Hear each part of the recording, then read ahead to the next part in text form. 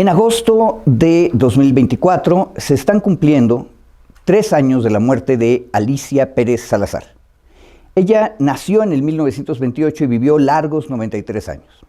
Ella era la orgullosa viuda de José Muñoz Cota, un abogado mexicano, nació en el 1907 y quien, teniendo 19 años, allá por el 1926, fue el primer campeón nacional de oratoria de México y el representante de nuestro país en el primer concurso internacional que había convocado Randolph Leigh y el Washington Evening Star, que es un periódico de Washington, D.C. La semana pasada abordé en esas videocápsulas los concursos que organizaba el estadounidense Leigh y qué ocurría en la capital imperial del Potomac hace un largo siglo. La maestra Alicia fue llorada por varias generaciones de oradoras y oradores que la considerábamos, a ella y a su compañero de vida, como forjadores de nuestra personalidad. Aunque varios de nosotros no siempre estuviésemos de acuerdo con ellos en 1000 asuntos. Si quieren ustedes saber más acerca de Alicia y José Muñoz Cota, una primera fuente es un libro en varios tomos llamado Frente a la Revolución Mexicana, 17 protagonistas de la etapa constructiva. Se republicó por la UAM, aquí en la Ciudad de México, en el año 1995. Y se trata de una serie de entrevistas realizadas en los 1960s por James Wilkie y Edna Monzón de Wilkie, más conocidos entre los académicos y científicos sociales como los Wilkies. Es un trabajo muy interesante, un fascinante proyecto de historia oral en el que este par documentó biografías de varios intelectuales mexicanos en la era postrevolucionaria. Ya les contaré alguna otra anécdota de ellos. A los Wilkies les interesaba entrevistar a Muñoz Cota. ¿Por qué? Porque don José había sido muy cercano al general Lázaro Cárdenas del Río. En el año 1934 era ni más ni menos que el secretario particular del general y era uno de los 2 oradores de la campaña presidencial, que fue, aparte, la primera campaña que cubrió todo el territorio mexicano. Luego, Muñoz Cota estuvo a cargo de Bellas Artes y fue diputado federal en el segundo trienio del sexenio cardenista. En tiempos de Ávila Camacho, fue embajador en Honduras, Colombia, Paraguay, y ya durante el alemanismo apoyó a la izquierda dentro del PRI y luego fundando la Federación de Partidos del Pueblo desde 1950. En la elección presidencial de 1952, Muñoz Cota se unió a la campaña de oposición desde izquierda de Miguel Enríquez Guzmán.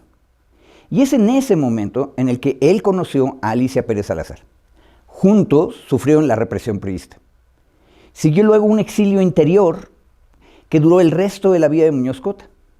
Vivió de su cátedra en la Preparatoria Nacional y publicaba en la revista Siempre, en una época en que Siempre no era tan derechoso como hoy en día. Recordemos que en esa revista se publicaba un suplemento cultural, creo que era mensual, llamado La Cultura en México, que fue dirigido primero por Benítez y luego por Monsiváis. Con el destino cardenista y progresista de Muñoz Cota en mente, esta semblanza de cardenismo al enriquismo, vamos atrás un siglo.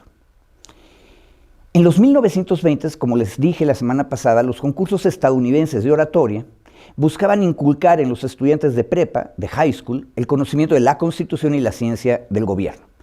En una sociedad como la estadounidense, donde estaba muy adelantada la educación pública universal, estos concursos resultaron eventos de masas. 1 millón de participantes en 1924, 2 millones en 1928. En el año 1926, Leigh y el Washington Evening Star convocaron a un concurso internacional, el primero, y buscaron socios en Canadá, en México, Inglaterra y Francia. El objetivo geopolítico de Randolph Leigh y del Evening Star era reclutar jóvenes promesas que luego iban a ser, en su teoría, los líderes del mundo libre. Estos jóvenes iban a ayudar a defender a los estados burgueses ante el peligro rojo de la Revolución Soviética. Más en concreto, yo creo que Leigh y el Evening Star invitaron a los mexicanos para entender mejor lo que estaba ocurriendo al sur del Río Bravo luego de la Gran Revolución Mexicana. Tendrían probablemente la esperanza de que participar en el evento elevaría el prestigio de los elementos moderados y conservadores en el nuevo Estado postrevolucionario de México. Esto último explicaría que la convocatoria mexicana la hiciera un diario muy conservador, El Universal, que se sigue editando hoy en día y sigue siendo conservador. Y está en línea con las recomendaciones que en aquellos años hicieron varios diplomáticos a la Casa Blanca. Esos diplomáticos le dijeron a los presidentes de Estados Unidos que había que facilitar que los mexicanos y mexicanas fueran a universidades de aquel país para ser entrenados como conversos, de buena manera, en el modo de vida estadounidense.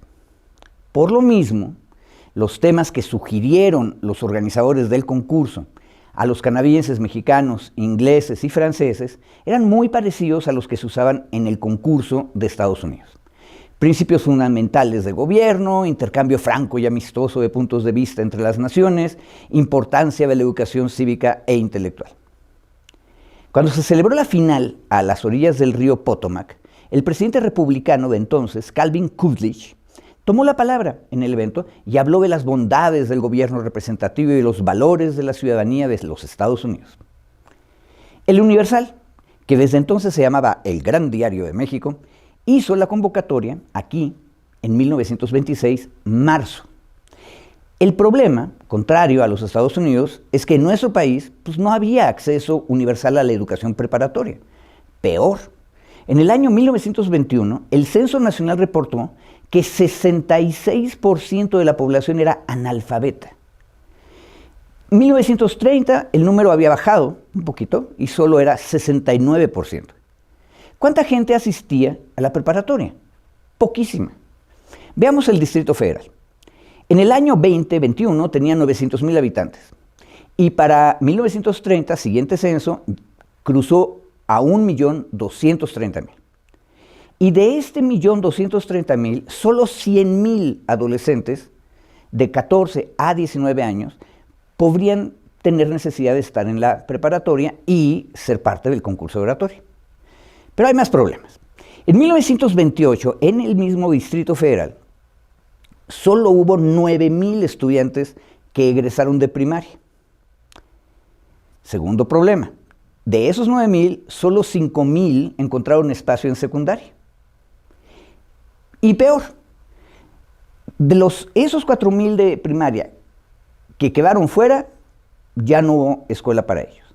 Y los 5,000 que sí entraron, solo la mitad eran regulares, es decir, estaban cursando en el año que les tocaba de acuerdo con su edad. Con estos números, ustedes se pueden imaginar que llegar a la preparatoria, a lo mucho serían 2,500 de las 100,000 personas que tenían edad para estar en bachillerato.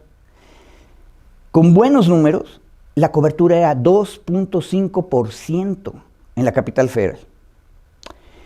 Las cosas podían ser peores en el resto de los estados.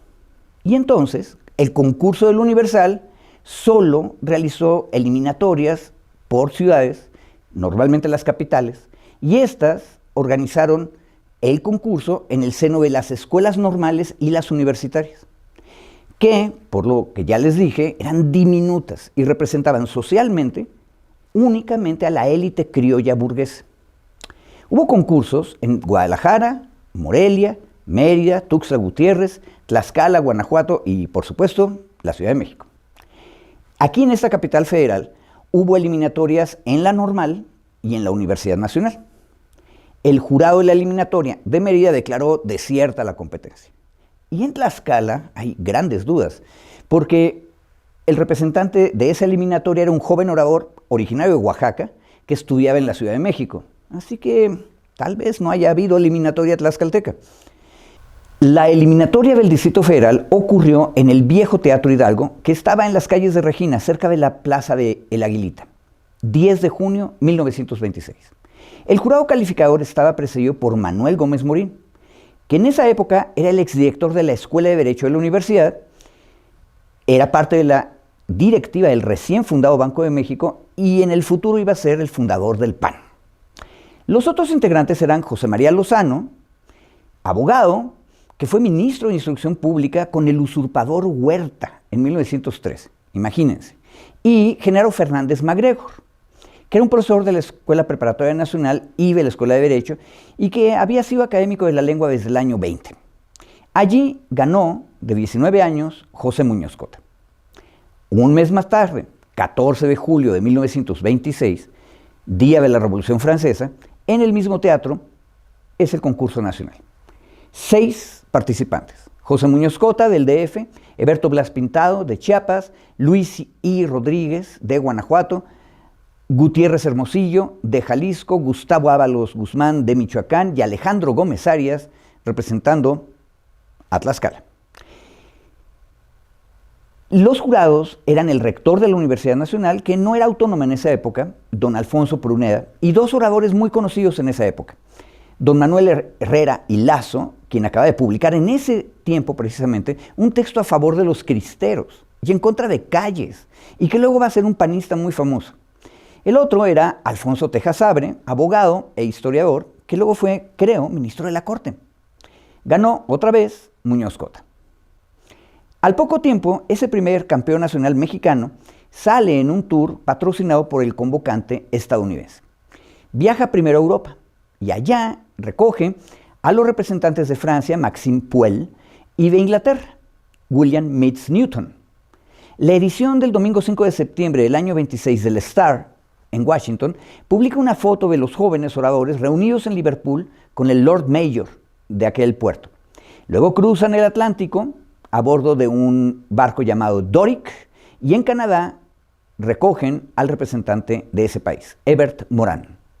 En noviembre ya están todos en Washington, y como les dije, el presidente Coolidge ofrece un discurso sobre ciudadanía y gobierno representativo. Terminemos el relato. Supongo que la evolución posterior de aquel joven orador no le debe haber gustado mucho a Randolph Leigh, quien acompañó a los jóvenes oradores en todo el tour europeo. El 20 de noviembre de 1937, cuando ya era diputado por el Partido de la Revolución Mexicana cardenista, Muñoz Cota, a sus 31 años, da un discurso en la Cámara. Ha pasado un año el reparto agrario en la comarca lagunera y el orador le habla a sus compañeros legisladores del estadio que construyeron en Torreón los campesinos agraristas, y recordó de esta manera el desfile que organizaron aquellas mujeres y hombres, un magnífico símbolo del México nuevo. Muñoz Cota, aparte, dijo clarito que la lucha de clases es el mecanismo natural de la historia, y le recordó a los compañeros de la Cámara que la revolución siempre es convulsión. Y lo cito directo: no puede detenerse la revolución en el instante en que se vuelve gobierno. Al contrario, es entonces precisamente cuando alcanza su responsabilidad, que es la responsabilidad que ha contraído en los campos de batalla.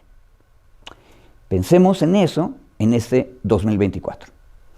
Yo creo que ninguna de las personas que aprendimos de Muñoz Cota y de Pérez Salazar oratoria hemos estado a la altura de estos maestros.